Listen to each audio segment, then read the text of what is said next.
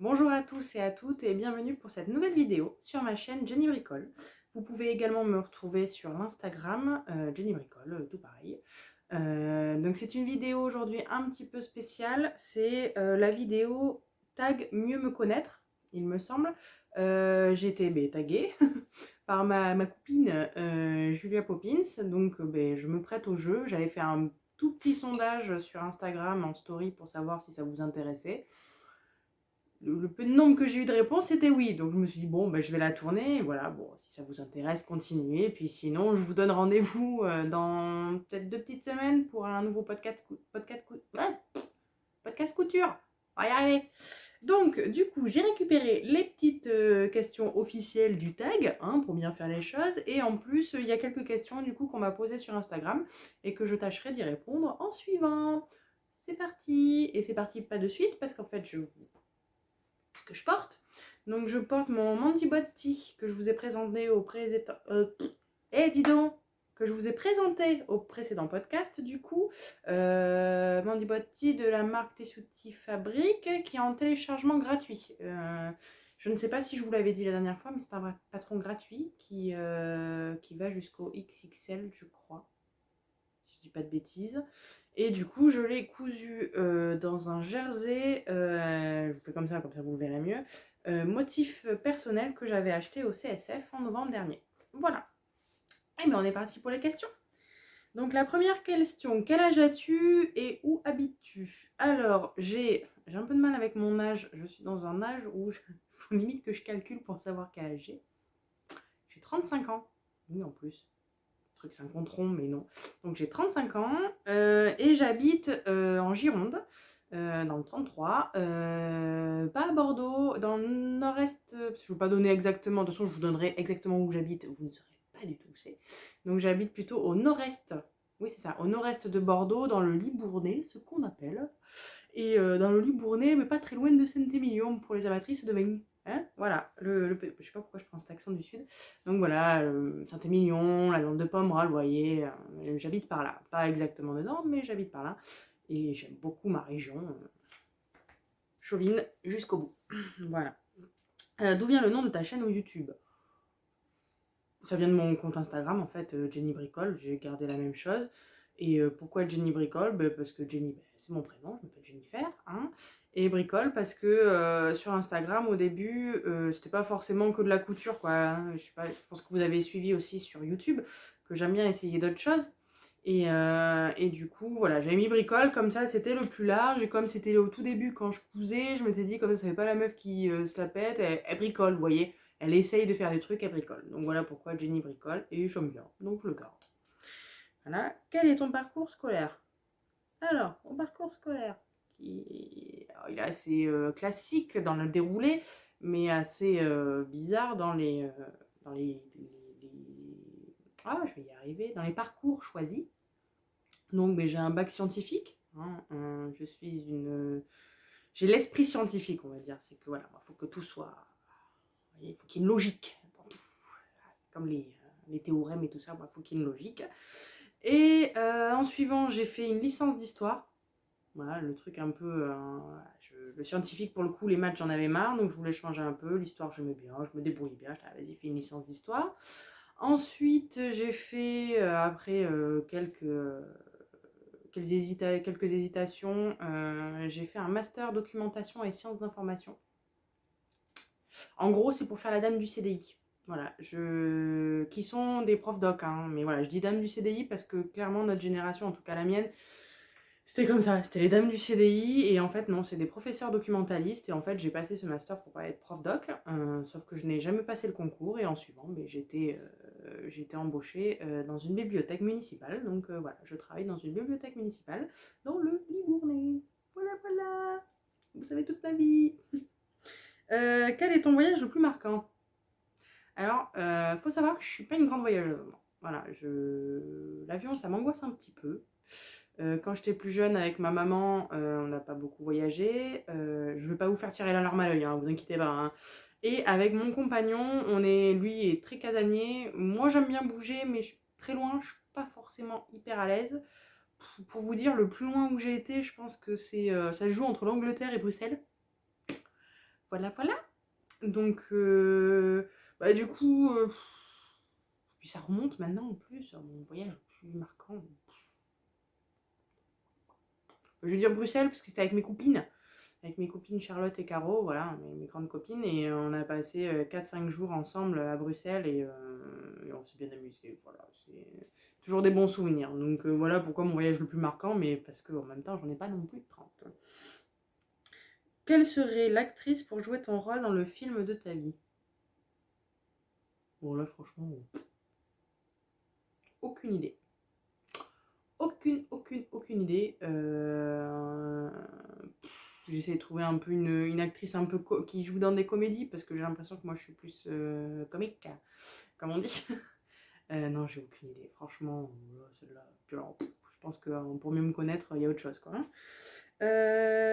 Quel est votre meilleur souvenir ensemble, à deux? Avec mon compagnon, je suppose.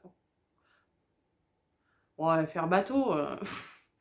Hyper bateau. Mais en même temps, je pense que tous les parents disent ce moment-là. La naissance de ma première fille, à deux. Parce qu'il était là. Ma deuxième fille, il n'était pas là, vu que j'ai accouché avec césarienne. Donc la première, il a pu être là. La deuxième, malheureusement, il ne pouvait pas être là. Donc j'ai envie de dire la première, parce qu'on était tous les deux. Il m'a soutenue. C'était pas un moment évident. Ça fait un petit peu peur. Et voilà, il a été là et jusqu'au bout. Et voilà. Et quel a été ton meilleur moment dans cette dernière année? Donc on est en mars 2022, donc jusqu'en mars 2022. Avec le contexte un peu moisi qu'il y a eu, il s'est pas passé full de trucs. Mon meilleur moment, le plus marquant en tout cas, ça a été la rentrée de ma deuxième. Voilà, la rentrée en petite section. C'est une grande maintenant. Et le fait de voir que en fait ça s'est passé nickel, j'étais fière d'elle, quoi, parce que c'est limite moi qui étais plus triste qu'elle. Voilà, le fait qu'elle soit hyper bien dans la classe et dans son école et que tout se passe bien, bon, vous me direz pour la grande aussi, mais voilà, peut-être mon moment le petit marquant. Le plus marquant de la dernière année. Mon plaisir coupable. En termes de bouffe, j'aurais dit le spéculoos. Voilà, quand je commence le paquet, c'est rare que j'arrive à pas le finir, justement. Donc le spéculoos. Et sinon, entre autres, l'été, quand il fait bien chaud, la petite bière, vous savez, bien fraîche. C'est pas mal ça. Alcoolo et grosse bouffeuse. Voilà ce que je suis. Non, voilà, mon plaisir coupable, clairement, je dirais les spéculoos. Après, c'est pas foufou non plus. Hein. Quelle youtubeuse t'a inspiré à démarrer ta chaîne? En fait, j'ai pas été vraiment inspirée. Bon, une youtubeuse, si, parce qu'elle avait commencé une vidéo ou deux vidéos avant moi, c'est Julia Poppins qui a commencé à en faire et qui m'a dit tu devrais en faire, c'est pas mal. Parce qu'avant ça, voilà, je regardais les vidéos sur YouTube de différentes couturières, j'aimais beaucoup ça me plaisait et tout, mais alors je m'étais jamais dit que j'en ferais.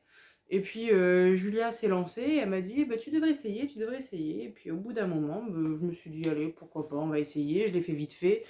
Je me suis dit, s'il y a des visionnages, s'il y a assez de visionnages, je continue. Sinon, tant pis, j'arrête, quoi. Bon, il y a quelques visionnages, du coup, je continue.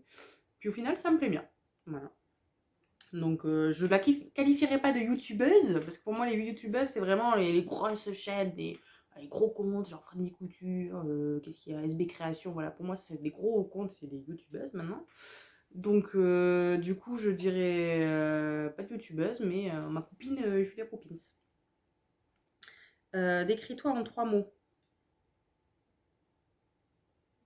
En 3 mots, ça va être compliqué. Alors, j'aurais tendance à dire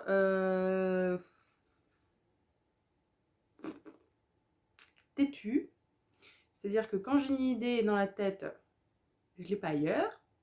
D'ailleurs, ça me fait penser à Julia Poppins toujours, hein, quand elle en parle dans sa chaîne. Oui, je me souviens quand elle travaillait encore avec moi, de petites discussions où personne ne voulait lâcher le morceau. Voilà. Donc au bout d'un moment je lâche quand même, mais voilà, j'aime bien qu'on entende en tout cas mon point de vue. Tant qu'on l'a pas entendu, je continue. Et puis après, de toute façon, je me plie à la majorité ou à la hiérarchie. où est-ce qu'il faut, quoi. Voilà, donc j'aurais dit têtue, j'aurais dit hyperactive, mais dans la créativité. Ça fait le genre la meuf qui se la pète. Hyperactive dans les loisirs créatifs. Voilà. Parce que hyperactive à la maison, non, pas trop. Voilà, moi le ménage, le machin, non. Mais par contre, voilà, hyperactive dans les loisirs créatifs, oui, parce que voilà, je commence à faire la couture, j'ai essayé un peu de broderie, je fais du crochet, j'ai essayé, vous le voyez là derrière, là, hop, le punch and needle. Punch Needle, je crois, ou Punch Needle, je sais jamais comment on dit ce truc-là. Voilà, j'ai toujours, dès que je vois un truc, je tente très bien, j'essaierai bien, machin. Bon, faut que je me calme un petit peu, mais voilà, je dirais hyper active dans les loisirs créatifs. Et après, le dernier, je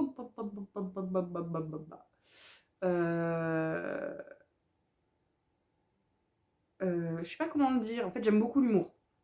Je sais pas si je suis drôle, clairement, mais j'aime beaucoup l'humour. Voilà, c'est ma marque de fabrique, même au boulot, je raconte beaucoup de vannes.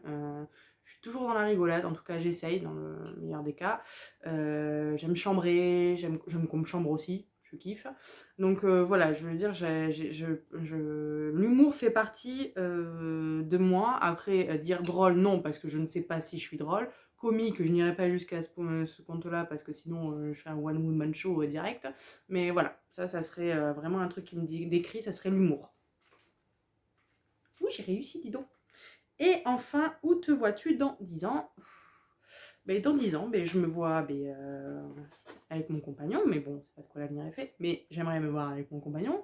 Mes filles, bien sûr. 10 ans, elles auraient 17 ans et 13-14 ans. Ça serait trop. On va pas y penser de suite parce que sinon on se fait pleurer.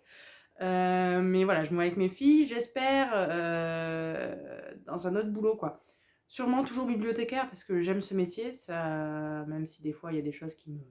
Hein, mais voilà, j'aime ce métier-là, j'aime le rapport avec les lecteurs, j'aime l'échange, j'aime beaucoup ça. Donc ce métier-là me plaît toujours, mais j'espère dans une autre structure. Voilà, parce qu'au bout d'un moment, ça va faire bientôt 10 ans que je suis dans la mienne. Et voilà, j'ai envie de voir aussi où c'est ailleurs, hein, s'il y a mieux ailleurs aussi, on ne sait pas, ou s'il y a pire ailleurs. Mais voilà, changer de structure, ça me plairait aussi. Et puis bien sûr, évoluer dans les strates de la hiérarchie, sans non plus être chef-chef. Mais voilà, être cadre intermédiaire, ça me plairait pas mal dans 10 ans quand même, j'espère. Pour les questions du tag mieux me connaître, c'est fini. Et je passe donc du coup aux questions que vous m'aviez posées sur Instagram, pour celles qui sont sur Instagram. Donc il y avait Julia Poupins qui me dit que je lui manque, mais toi aussi tu me manques, Poulette, hâte que tu reviennes. On va trop parler là-dessus parce que sinon pareil, je vais pleurer. Des questions de ma famille et de mes amis, bon je vais pas vous les dire parce que en plus c'est des questions pour m'embêter. Une question de Marceline Procrastine. Alors j'ai pas le pseudo en entier, donc j'espère que c'est le bon pseudo, je le dis par déduction. Donc elle me dit comment et pourquoi tu as débuté la couture. Alors cette question-là, j'avais répondu dans une vidéo que j'avais fait justement avec Julia Poppins, où on avait répondu à des questions toutes les deux ensemble, et donc du coup on y avait dit, mais je vais y répondre. Donc comment et pourquoi tu as débuté la couture. Alors il faut savoir que j'ai débuté en 2014-2015, je dirais plus 2015, 2014. J'ai eu la machine à coudre à Noël et j'ai vraiment commencé en 2015 après la naissance de ma fille ou pendant la fin de grossesse. En fait, pourquoi et comment? Les deux sont liés en fait, c'est que j'avais une copine, Audelise, qui cousait quelques trucs, voilà, surtout des accessoires, et c'était franchement trop mignon. En plus, on était tombés enceintes en même temps, donc elle cousait des trucs pour son petit qui est grand maintenant. Mais voilà, et du coup, j'étais là, mais moi qui aimais, voilà, qui aimait bien ça, parce qu'avant je voulais être styliste, hein, quand j'étais petite, j'ai toujours aimé un peu ça, je m'étais dit ça doit être pas mal de créer vraiment ces trucs. Donc voilà, j'ai essayé comme ça a pris. Voilà, je ne pensais pas faire des vêtements, j'ai fait des vêtements, je ne pensais pas faire des vêtements pour mes filles, je fais des vêtements pour mes filles. Bref, je n'ai aucune conviction face à ma machine à coudre. Juste que je couds moins d'accessoires parce que je trouve ça hyper pointilleux et j'ai pas la couture assez propre pour faire ce genre de couture là. Les accessoires, c'est vraiment très particulier. Donc voilà, comment et pourquoi. Et puis pourquoi, parce que ça me permet de m'évader en fait. D'ailleurs, je le ressens quand je couds pas depuis un moment, parce que pas la motive ou quoi, mais en fait je me sens pas très très bien et il suffit que je me prenne 1 heure ou 2 heures de couture et ça me permet de me poser et de prendre du temps pour moi, même si j'en prends un quand même, hein, en dehors de ça. Hein. Mais vraiment d'être toute seule face à ça et mon petit moment, même s'il y a les filles autour, je sais que j'ai mon petit moment à moi, ça me permet de la poser. Il y a Thibouchon qui m'a posé la question ton projet préféré. Alors, mon projet préféré, si vraiment je devais prendre un vêtement que j'aime particulièrement coudre, ce serait compliqué quand même. Mais en termes de rendu, celui que j'aime d'amour et qui je trouve me va assez bien, hein, c'est la Myosotis de Dirando, clairement. C'est un modèle, en plus je sais qu'il me va pour les pinces de poitrine, tout va bien, parce que j'ai réussi à ajuster aussi, hein, clairement. Mais voilà, je sais que je serai jamais. En fait, c'est mon projet préféré parce que je sais que normalement, je ne serai jamais déçue par ce modèle-là. Mais après, il y en a plein d'autres que j'aime coudre, clairement. Mais si je devais choisir un patron plutôt qu'un type de vêtement, ça serait ouais, la Myosotis, quand même. Quand même. Quel type de vêtement préfères-tu coudre?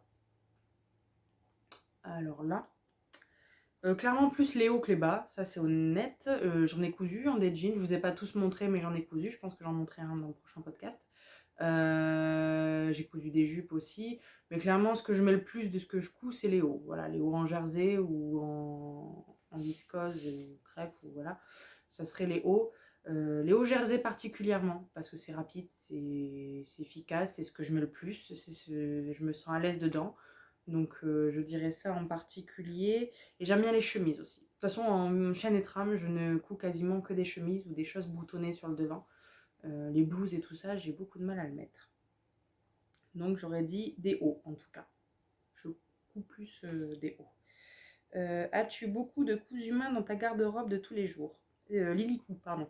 Qui m'avait. Oui, c'est Lilicou cette fois qui m'avait posé cette question en même temps que les types de vêtements que je préfère coudre. Ma garde-robe fait main commence à être pas mal quand même.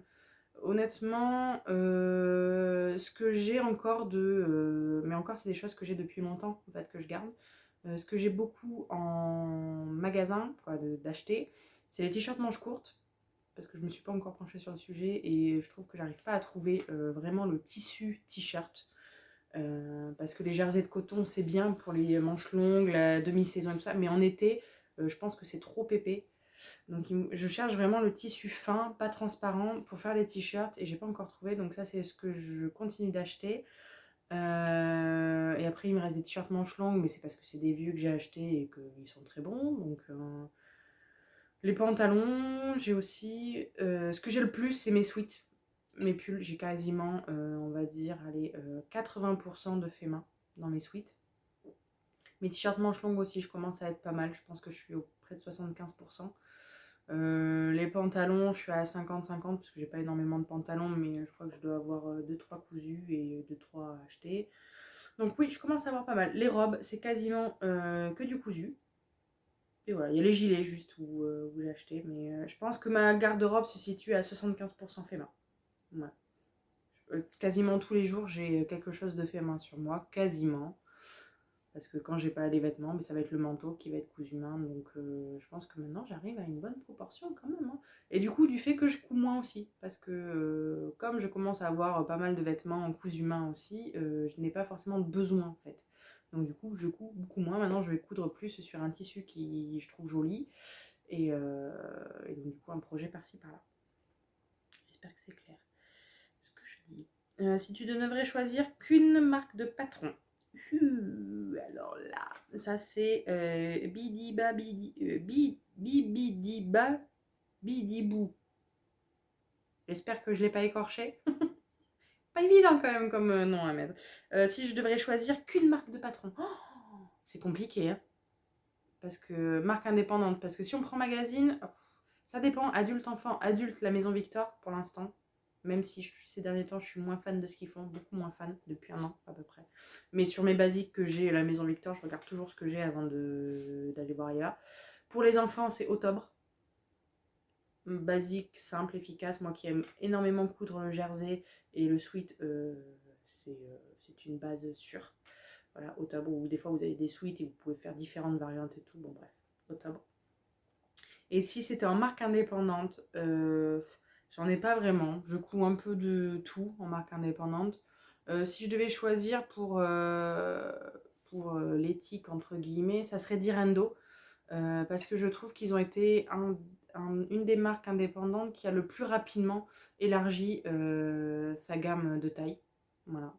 Euh, Parce que clairement, moi, au tout début, quand j'ai commencé à coudre en 2015, pour mon tour de poitrine, et voilà, j'avais quasiment que la Maison Victor en fait qui me convenait dans les tailles. Tous les autres indépendants, c'était même pas la peine. Et Direndo a été, pour moi, dans mes souvenirs en tout cas, peut-être que je me trompe, dans mes souvenirs, a été un des premiers à aller à ma taille en fait. Et donc du coup, j'ai pu voilà, faire une myosotis, faire un châtaigne.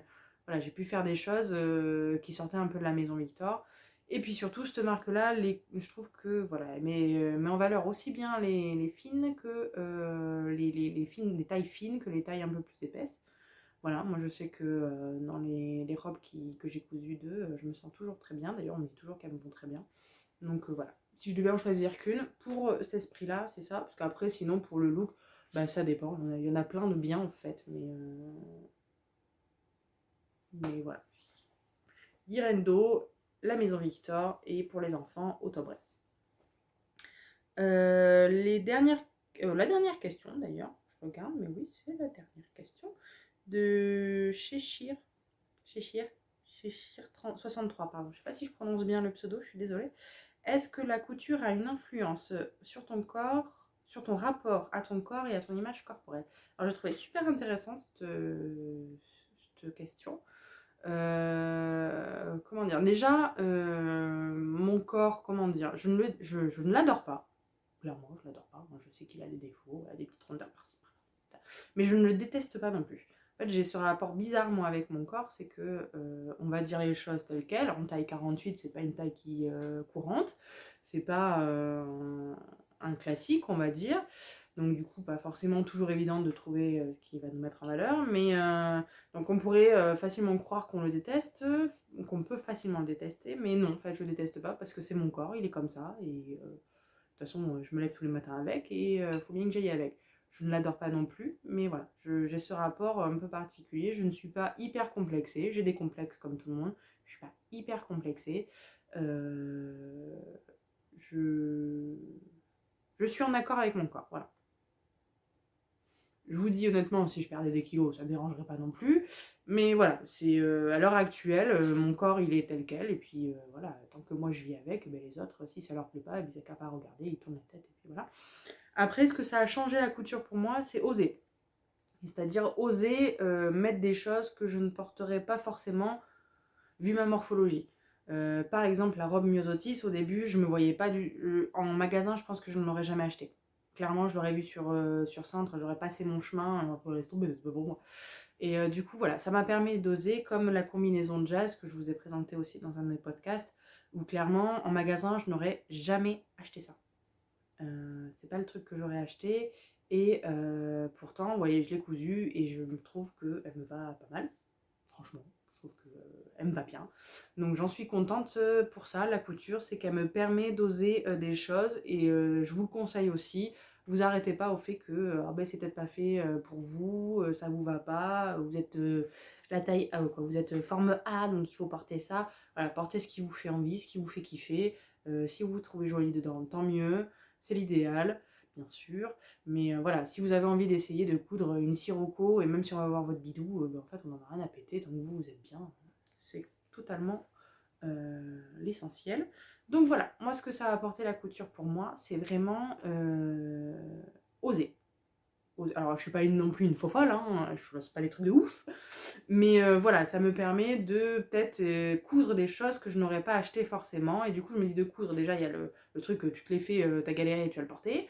Et puis voilà, de vraiment choisir ce que j'ai envie, ce que je veux. Et j'ose plus. J'ose clairement plus dans ma garde-robe. Voilà. Et du coup, chez Chir63 qui me dit aussi merci pour tes podcasts qui sont vraiment très sympas. Ben ça, c'est très, très, très gentil. Ça m'a fait plaisir de lire ça.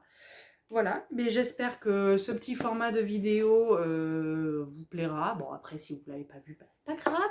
Hein, je vous en voudrais pas. Je comprends que des fois, on a juste envie de voir la couture et c'est tout. Je suis un peu pareil des fois aussi. Mais voilà, j'étais taguée par ma copine et on m'a dit oui, vas-y, toi. Donc, voilà, quelques petites questions pour essayer de mieux me connaître. Si jamais vous avez d'autres questions, ben, n'hésitez pas tout en bas dans les commentaires de m'en poser. Je répondrai avec plaisir. Et puis ben, moi je vais retourner à ma machine à coudre, hein, parce que je suis en train de coudre en ce moment. C'est revenu un petit peu. Donc je suis en train de coudre et donc je pense que d'ici 2 petites semaines, pas la semaine prochaine mais l'autre d'après, je vais vous tourner ça.